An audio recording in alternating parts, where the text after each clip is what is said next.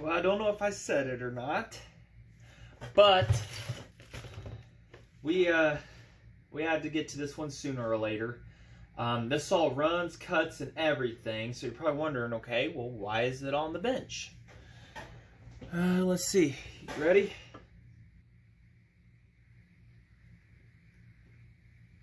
It's because I'm missing a screw from the anti-vibration mount that goes into the cylinder head.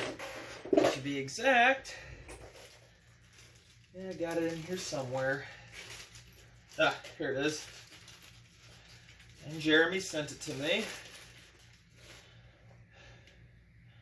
There's that one right there. That's the one I am missing. Vibrated out. So, we have to take the bar off. Well, I don't know if we actually have to, but we're going to take the bar off.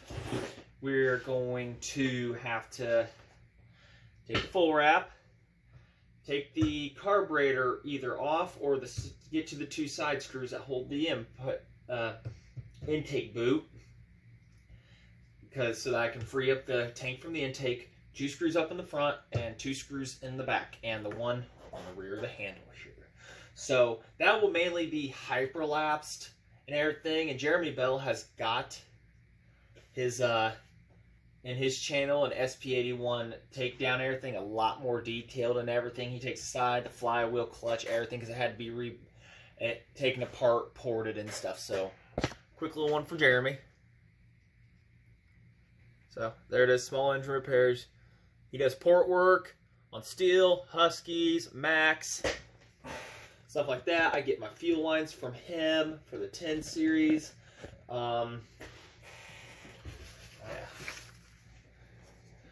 There we go.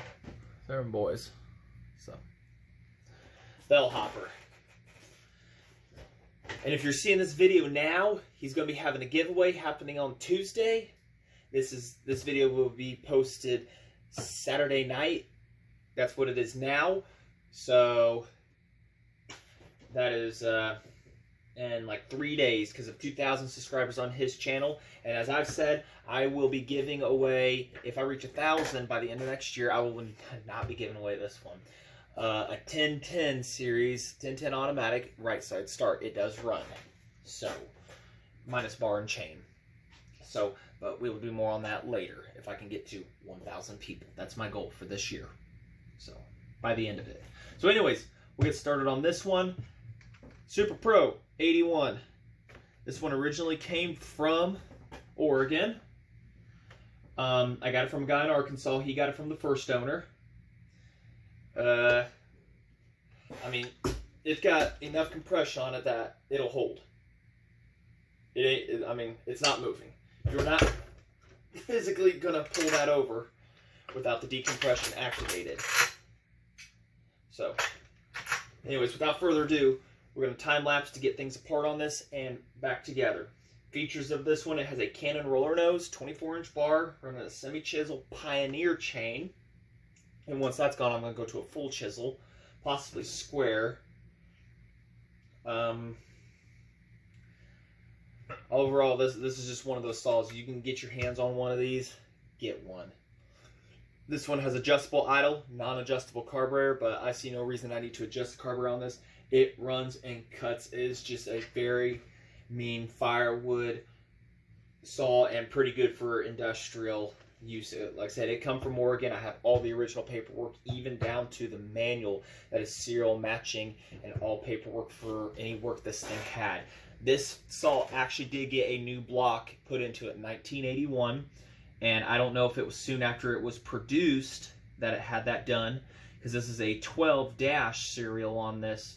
So I haven't looked up if it started with a 10 or what it did, but so it's not original on that, but soon after. But further ado here, we'll get started. Pretty similar to the 60 series on this. So, all right, biggest things is I'm gonna take off the side cover to undo the wire from the coil, theoretically.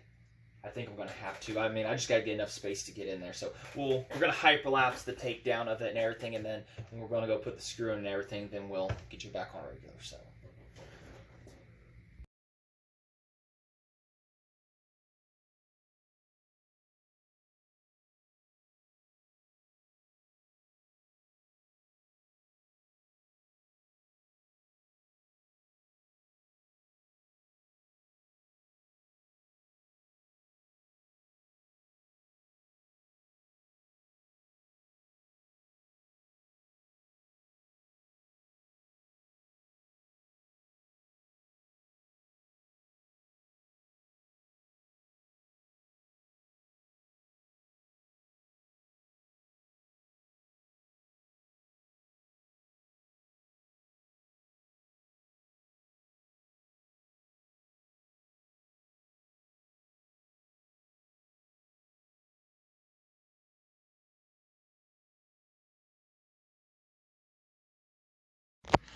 Good Lord, the mess. Some of it's not even mine. All right, that bolt right there is the one that's missing. So I got to tackle a couple things apart here. I might go out and brave the cold and get this blown off and everything, but we got to get a bolt into there for that anti-vibe mount, and that's our big thing. And I hate taking apart running and cutting saws and everything for just something simple like this, but it is what it is.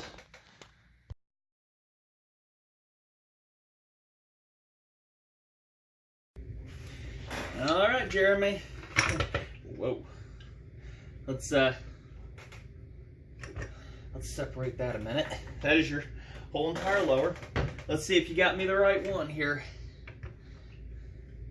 There it is, one you sent me. We're going to test fit it.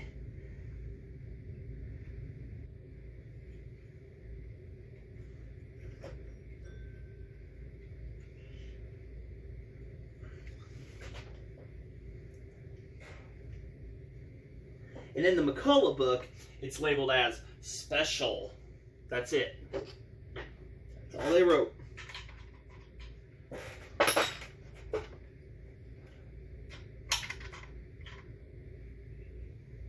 Yeah.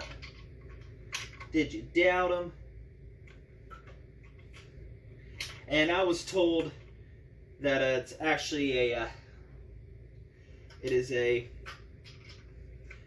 10, 30 seconds bolt.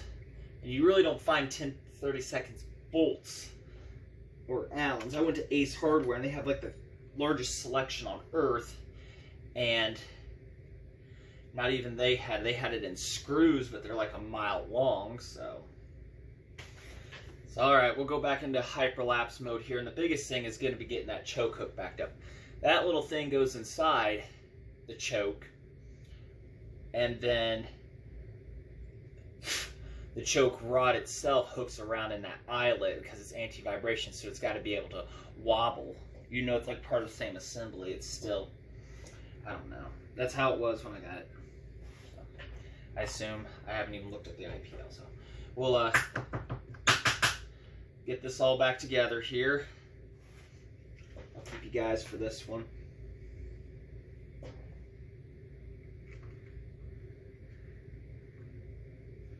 There, I got a 5/16 and my ratchet. And we'll get this puppy cinched right down where it should be. Look, seriously, this right here. I noticed it one day when I was cutting, still kind of cut with it, but it's to the point where I really don't want to ruin something at this point, so. You guys still see me? Not really, no? Okay. And I don't recall it missing it when I got it. When I got this saw from Arkansas, the guy that got it bought it, and he said he doesn't even know why he got it for, to be honest, because it don't have really big wood down there. Almost there, okay. I'm like, getting close? I'm gonna have to wash it or what?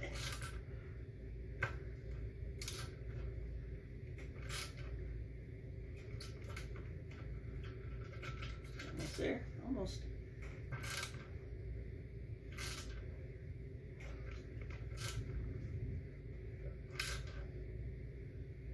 There we are. We're there. And the mount is secured.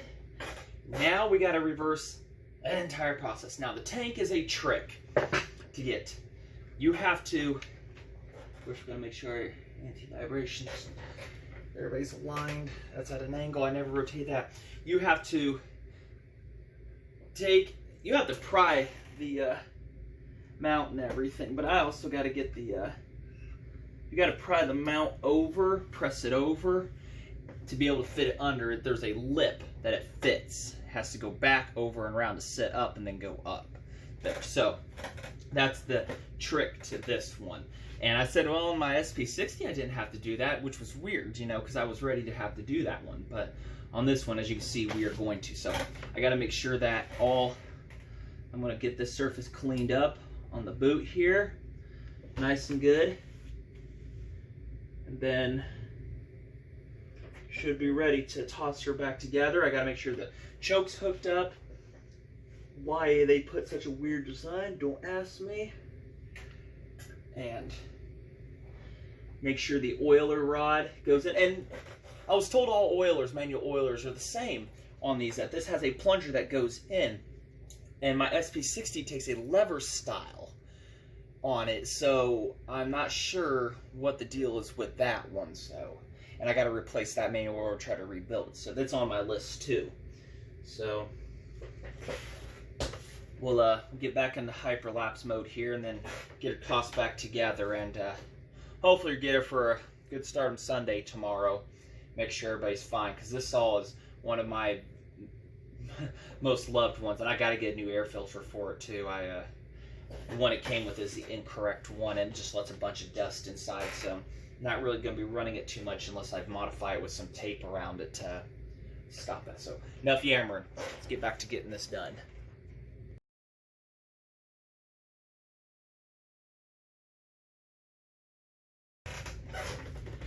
That sucked. So there's a little eyelet piece metal that goes inside the choke rod, and it came out. Okay, so after fighting with that for like 10 minutes to get back in and get back into its fish hook on the rod, I get the anti-vibe around, which is no biggie, and then the oiler rod. I forgot to put that on. I didn't put anything else back together, you know, didn't get far really. So I had to take that apart and get the oiler rod back in. Now we're ready to get stuff back together. And of course the choke works like halfway now. I don't know if it always worked that way. I mean, this always took a few turns to get over, but I'll see about if the linkage just needs bent back or something like that. Because it half chokes, but I can't get a full out of her. So I don't know.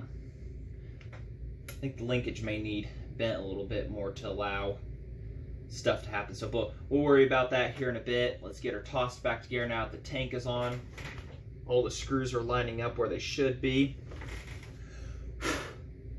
And of that nature. So back to hyperlapse land.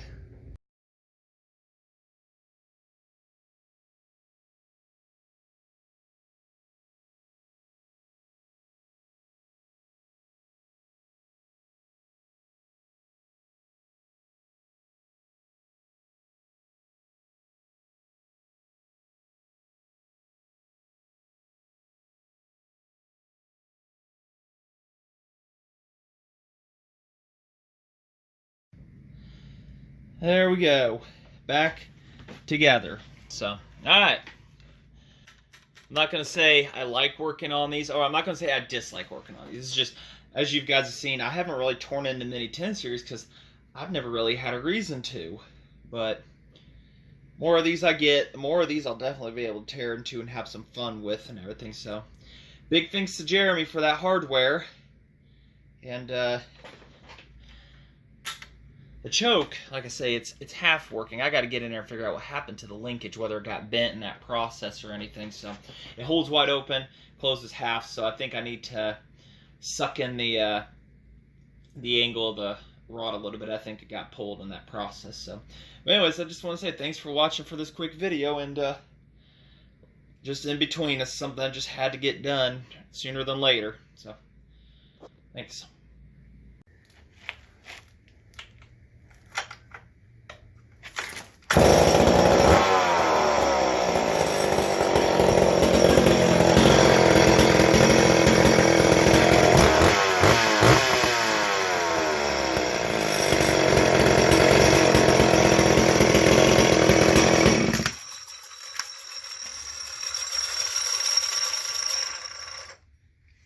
Good to go.